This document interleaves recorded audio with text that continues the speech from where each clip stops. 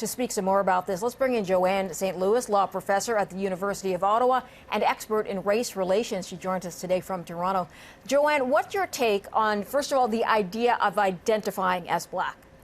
I think at one level, we do want people engaged in advocacy work to want to work with those communities. We don't want to say you have to be Aboriginal to work on Aboriginal issues or Black to work on Black issues. So from the idea of advocacy and building communities, that's not actually the problem.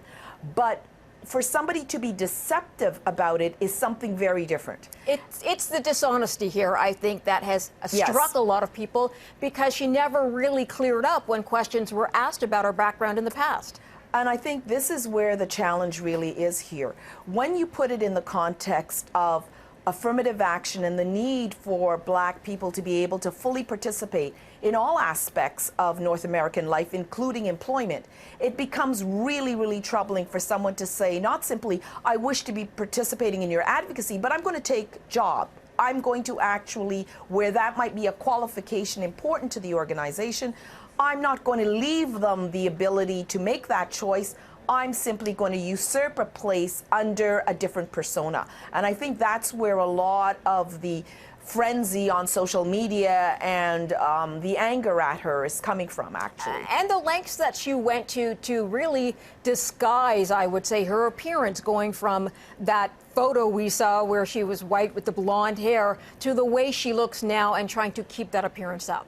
Well, that part I'm not as sure about, because if I look at that, she does say, and we don't necessarily have contradictory evidence, that she's identified as Black in certain ways over a period of time. And if we think of children and the way children may mimic each other and all of these different pieces, she has a very complex home life. There's a lot of race issues embedded there. So for me, I'm not able to decide that at every single moment it was a deliberate deception. But clearly there is a problem at the point where she decides to take on a job and engage in this work without clarifying that I'm not politically identifying as Black. I'm allowing you to believe that I'm actually biologically or by kinship related to the community. And I think that's the problem. I'm almost out of time, but very quickly, should the NAACP have let her go instead of allowing her to leave the job?